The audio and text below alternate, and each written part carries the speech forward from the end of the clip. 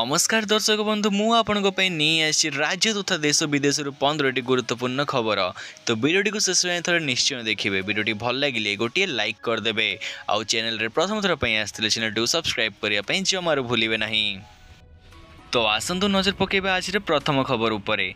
नुआपड़ा उपनिर्वाचन आज मुख्यमंत्री प्रचार कार्यक्रम कमनारे रोड शो रे जोगदेवे मुख्यमंत्री।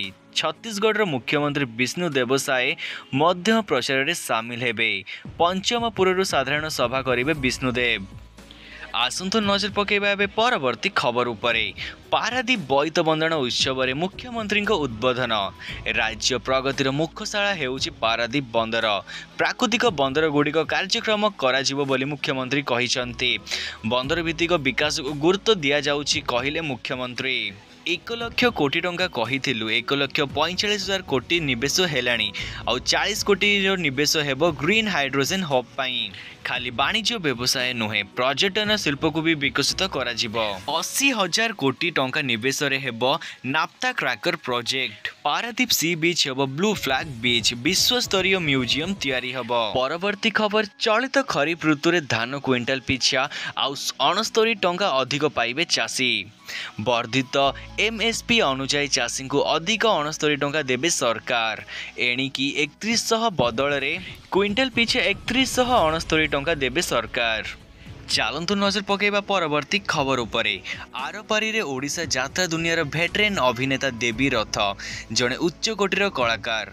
71 वर्ष बयस महान यात्रा कलाकार देवी प्रसाद रथों मृत्यु घटी।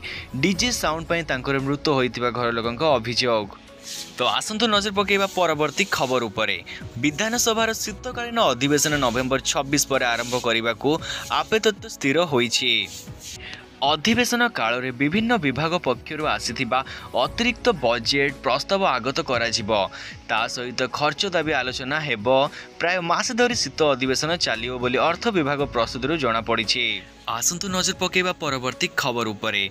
तो आरंभ हो जाइछि गतकाली ठारू ऐतिहासिक कटकर बालीजात्रा।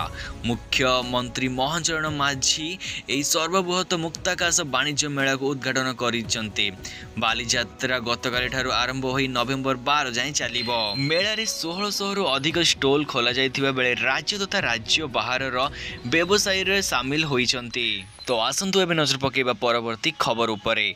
उत्तर एवं आभ्यंतरीण ओडिशार किछि स्थान रे शीत पड़िबा आरंभ होइछि। आसंता 10 तारिख पर्यंत एही भली भाबे शीत प्रकोप लागि रहिबो। 11 तारिख राज्य रे सारा राज्य रे शीत प्रकोप आउरी बढ़िबो। एनै पाणीपाग विशेषज्ञ शरद साहू कहिसंती। भुवनेश्वर पाणीपाग विज्ञान केन्द्र सूचना अनुसार गत 24 घंटा मध्य 9 स्थान रे सर्वनिम्न तापमात्रा 20 डिग्री को खसीछि। फुलबाणी एवं दारिंगीबाड़ी रे राति तापमात्रा 15 डिग्री थिबा बेले कोरापुट रे 15.4 डिग्री रही। सेहीपरि झारसुगुड़ा रे 17.8% आउ केउंझर रे रही 17.4 आउ सुंदरगढ़ रे रही 19। आगामी 10 तारिख पर्यंत पाग सुखिला रहिबो। आगामी सप्ताह पर्यंत राति तापमात्रा रे विशेष परिवर्तन हेबा संभावना नाही। चलंतु नजर पकेबा परवर्ती खबर उपरे। आज विश्व विजयी महिला क्रिकेट टीम को भेटिबे राष्ट्रपति। प्रथम थर महिला दिनिकिया विश्वकप जीति इतिहास रचिछि भारत। रविवार फाइनल रे दक्षिण आफ्रिका को 52 रन रे परास्त करी भारतीय महिला दल प्रथम थर विश्व चैंपियन होइछि। हरमनप्रीत कौर को नेतृत्वाधीन विश्व विजयी भारतीय खेलाड़ी को भेटिबा पई राष्ट्रपति आग्रह प्रकाश करिसंते। परवर्ती खबर। विश्वर देशगुड़िक दिनकू दिन अधिक ऋणग्रस्त हो जाउछंती।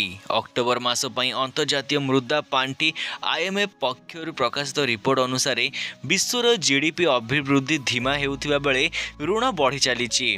2025 विश्वर जीडीपी ऋण अनुपात 94.7% रे पहुंची, जहाँकि वर्षक पूर्वे 92.4% थिला। ऋण एहीपरि बढ़ी चलिले 2030 सुधा ताहा 102% रे पहुंचबार आशंका रही बोली IMF रो पूर्व अनुमान करिछि। आज एतिकी अधिक खबर पाइबा आम चैनल को सब्सक्राइब निश्चय करदे। वीडियो भल लगे वीडियो को गोटे लाइक करने जमार भूलिए नहीं। वीडियो को शेष जाए देखि धन्यवाद।